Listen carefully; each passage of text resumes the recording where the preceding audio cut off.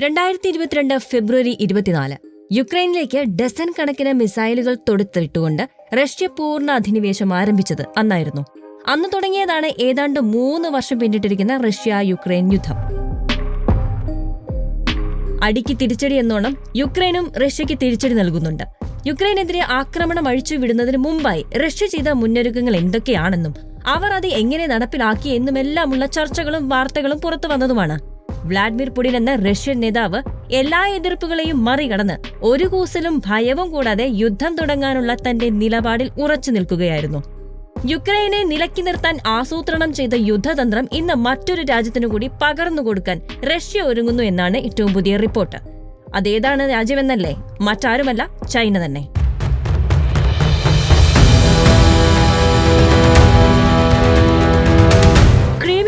തങ്ങൾ നടത്തിയ ഇടപെടലിന്റെ പാഠങ്ങൾ അതേപടി തായ്വാനിലും പരീക്ഷിക്കാനുള്ള തന്ത്രങ്ങളാണ് റഷ്യ ചൈനയ്ക്ക് പകർന്നു നൽകുന്നത് എന്നാണ് റിപ്പോർട്ട്. സ്വന്തം രാജ്യത്തിന്റെ ഭാഗമാണെന്ന് ചൈന അവകാശപ്പെടുന്ന തായ്വാനും ഫിലിപ്പീൻസിൽ ചൈന അവകാശം ഉന്നയിച്ച ദ്വീപും പിടിച്ചെടുക്കാനുള്ള തന്ത്രങ്ങളാണ് റഷ്യ ചൈനയ്ക്ക് പകർന്നു നൽകിയിരിക്കുന്നതെന്നാണ് ഊഹാപോഹം. അടുത്തിടെ പുറത്തുവന്ന ലീക്കായ വിവരങ്ങളെ ഉദ്ധരിച്ചാണ് ഇത് സംബന്ധിച്ച വാർത്തകൾ റിപ്പോർട്ട് ചെയ്യപ്പെട്ടിരിക്കുന്നത്.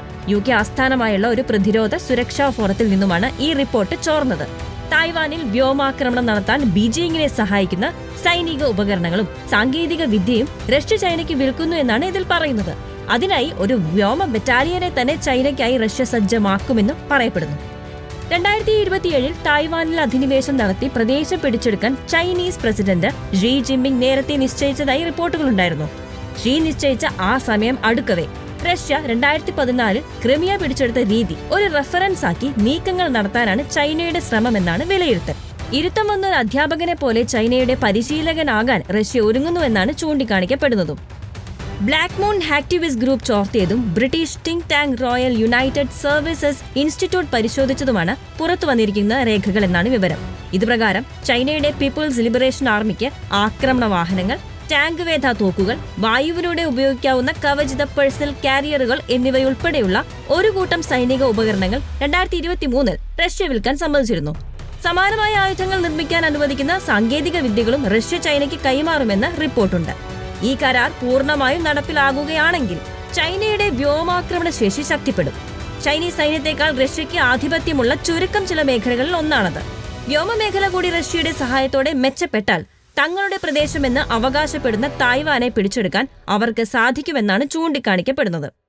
തായ്വാൻ മാത്രമല്ല, ഫിലിപ്പൈൻസിനെയും മറ്റു ദ്വീപ് പ്രദേശങ്ങളെയും കൂടി തങ്ങളുടെ അധീനതയിലാക്കാൻ റഷ്യയുടെ ഈ ഒരു സഹായഹസ്തം മാത്രം മതി ചൈനയ്ക്ക് എന്നർത്ഥം. ഇനി എന്തിനു വേണ്ടി തായ്വാനെയും ഫിലിപ്പീൻസിനെയും ചൈന ലക്ഷ്യം വെക്കുന്നു എന്നറിയാത്തവർക്കായി പറയാം. 23 ദശലക്ഷം ജനസംഖ്യയുള്ള സ്വയംഭരണ ദ്വീപായ തായ്വാൻ തങ്ങളുടെ ഭാഗമാണെന്നും ചൈനയ്ക്ക് ആ പ്രദേശം വേണമെന്നുമാണ് ചൈനയുടെ അവകാശവാദം. എന്നാൽ തായ്വാൻ സ്വന്തമായി സ്വയം ഭരണാധികാരമുള്ള ഒരു ജനാധിപത്യ രാജ്യമാണെന്ന് തായ്വാനിലെ ജനങ്ങളും ഭരണകൂടവും പറയുന്നു. കാലങ്ങളായി തായ്വാന് ചുറ്റും യുദ്ധക്കപ്പലുകൾ വളഞ്ഞ് ചൈന വരാറുമുണ്ട്. അടുത്തിടെ ദക്ഷിണ ചൈന കടലിൽ കൂറ്റൻ കപ്പലുകൾ ഇറക്കി തായ്വാനെ ചൈന ഭയപ്പെടുത്തുകയും ചെയ്തിരുന്നു. പലപ്പോഴും ഒരു കടൽ യുദ്ധം തന്നെ ഉണ്ടാകുമോ എന്ന ഭയം ഏഷ്യയിൽ നിലനിൽക്കുകയും ചെയ്തിരുന്നു. അതേസമയം ചൈനയും ഫിലിപ്പീൻസും തമ്മിലുള്ള തർക്കം പ്രധാനമായും ദക്ഷിണ ചൈന കടലിലെ ചില ദ്വീപുകളുടെയും നദീതടങ്ങളുടെയും ഉടമസ്ഥാവകാശത്തെ ചൊല്ലിയാണ്. പ്രത്യേകിച്ച് സ്പ്രൈറ്റ്ലി ദ്വീപുകളെ ചൊല്ലിയാണ് ആ തർക്കം. 9-ലൈൻ എന്ന പ്രദേശത്തിന്റെ വലിയൊരു ഭാഗം തങ്ങളുടേതാണെന്ന് അവകാശപ്പെടുന്ന രാജ്യമാണ് ചൈന. എന്നാൽ തങ്ങളുടെ എക്സ്ക്ലൂസീവ് എക്കണോമിക് സോണിലാണിതെന്ന് ഫിലിപ്പീൻസും അവകാശപ്പെടുന്നുണ്ട്. ബീജിംഗ് തങ്ങളുടെ അവകാശവാദങ്ങളിൽ കൂടുതൽ ഉറച്ചു നിന്നതോടെ ഇരു രാജ്യങ്ങളുടെയും കപ്പലുകൾ ഈ മേഖലയിൽ പതിവായി ഏറ്റുമുട്ടാറുമുണ്ട്. എന്തായാലും ഇപ്പോൾ പുറത്തു വന്ന വാർത്തകൾ എത്രത്തോളം സ്ഥിരീകരിക്കാവുന്നതാണ് എന്നതിൽ വ്യക്തതയില്ല. എന്നിരുന്നാലും ഒരു കാര്യം ഉറപ്പാണ്, 1990കൾ മുതൽ റഷ്യയും ചൈനയും ആയുധ കച്ചവടം നടത്തിയിരുന്നു. റഷ്യൻ പ്രസിഡന്റ് വ്ളാഡിമിർ പുടിനും ചൈനീസ് നേതാവ് ഷീ ജിൻപിങ്ങും തമ്മിലുള്ള ബന്ധം അടുത്തിടെ കൂടുതൽ ഊഷ്മളമായിട്ടുമുണ്ട്. ഇതോടെ അവരുടെ സൈനിക പങ്കാളിത്തം കൂടുതൽ ശക്തമാവുകയും ചെയ്തു. ഇത് പല രാജ്യങ്ങൾക്കും ഒരു മുന്നറിയിപ്പ് കൂടിയാണ്. അടുത്തിടെ ചൈനീസ് സൈനിക പരേഡിൽ ഷീ, പുടിൻ, ഉത്തര കൊറിയൻ നേതാവ് കിം ജോങ് ഉൻ എന്നിവർ അമേരിക്കയ്ക്കും സഖ്യകക്ഷികൾക്കുമെതിരെ ഐക്യദാർഢ്യം പ്രഖ്യാപിച്ചുകൊണ്ട് ഒരുമിച്ച് നിന്നതും കൈകൊടുത്തതും നാം കണ്ടതുമാണ്. ഇതിന്റെ എല്ലാം പശ്ചാത്തലത്തിൽ ചൈനയുടെ അടുത്ത നീക്കത്തിൽ നിർണായക പങ്കുവഹിക്കാൻ റഷ്യ കൂടെ ഉണ്ടാകുമെന്ന റിപ്പോർട്ടിനെ കണ്ണടച്ച് അവഗണിക്കാനും കഴിയില്ല.